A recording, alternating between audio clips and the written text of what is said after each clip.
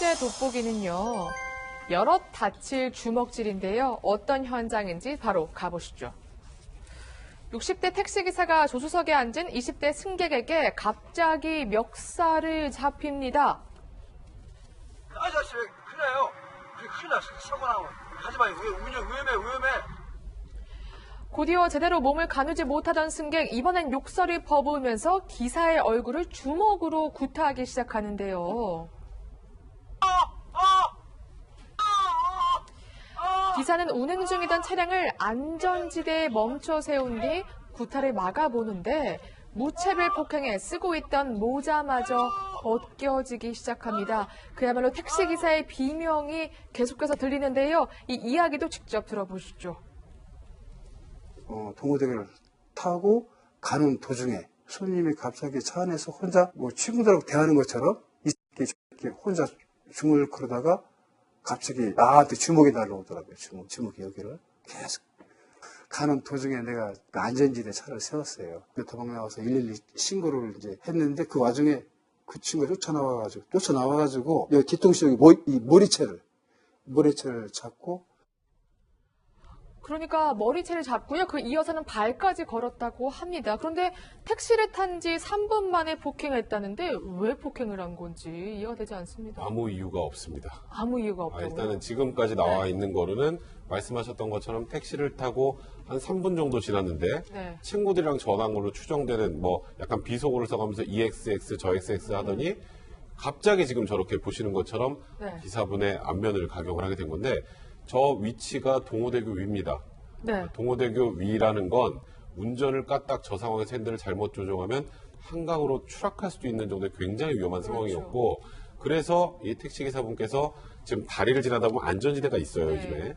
그 안전지대를 차를 세우고 내렸는데도 불구하고 따라내려서 또 폭행까지 하고, 그리고 다행인 건 그 주변에 지나던 택시기사가 한 분이 목격을 하셨나 봐요. 그래서 요즘 저렇게 기사 폭행 큰일 난다 이렇게 얘기를 하니까 그에 전혀 아랑곳하지 않고 폭행을 좀 이어가는 상황이었고, 그 지나가던 동료 기사분께서 또 112 신고도 해주셨고, 그래서 기동훈련 파출소 측에서 금방 나와서 이제 상황은 정리를 했다고 합니다.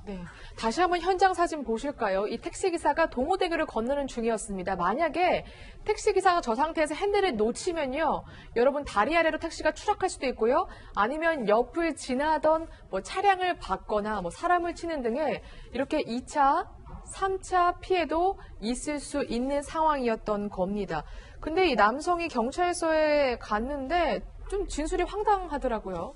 아무것도 기억이 나지 않는다라고 얘기를 하고, 심지어는 왜 택시에 승차를 했는지도 기억을 못한다 이렇게 얘기를 하는데, 저는 개인적으로 그렇게 보지는 않습니다. 왜 그러냐면 인간이 자기가 기억을 하고 싶지 않는 부분에 대해서는 이거는 완전히 분리시켜서 부인을 하거든요. 그러니까 이제 이렇게 되면은 본인의 입장에서는 약간의 술에 의한 그 심신미약을 주장을 할 수도 있다 이렇게 생각을 하는지는 모르겠지만, 지금 이제 그 피해를 당하는 분 얼굴을 보니까 아마 이 그 가해자의 아버지보다도 더 나이가 더 많은 것 같아요.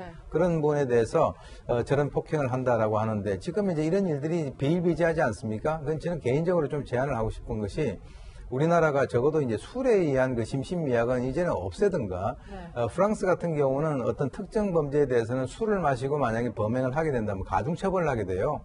그래서 우리나라의 그 일반적인 분위기가 술에 대해서 너무 관대하고 하는 그런 분위기는 앞으로 점차적으로 바뀌어가야 된다라고 저는 생각하고요. 이번 기회에 저 사람에 대해서 아주 엄중한 처벌이 필요하다고 봅니다. 변호사님, 기억을 못한다고 해서 처벌 못하는 거 아니죠? 어떻게 처벌받습니까? 이게 기억을 못하는 건 우리가 필름이 끊겼다 그런 말 하잖아요. 근데 필름이 끊겨서 내가 기억을 못한다고 하더라도 이렇게 실랑이하고 기사분을 폭행할 정도면은 자각 능력이 완전히 없는 상태는 아니었다는 얘기거든요. 그리고 기억을 못한다는 것도 본인의 얘기고 우리가 액면 그대로 받아들이기는 어렵다고 보고요. 이렇게 운전하고 있는 기사를 폭행한 경우에는 위험성이 더 많잖아요. 그래서 일반 형법이 아니라 이 경우에는 특정범죄 가중처벌 등에 관한 법률이라 그래서 특별법이 적용이 되고, 대법원 양형 기준을 보더라도 형량이 일반 폭행은 2월에서 10월 이런데 이거는 1년 6월에서 3년 그래서 높아요. 그래서 이분 끝까지 기억을 못한다고 말은 하는데 차라리 기사분께 용서를 구하고 합의를 하시는 편이 좀 더 형량을 낮출 수 있는 방안이라고 생각합니다. 알겠습니다.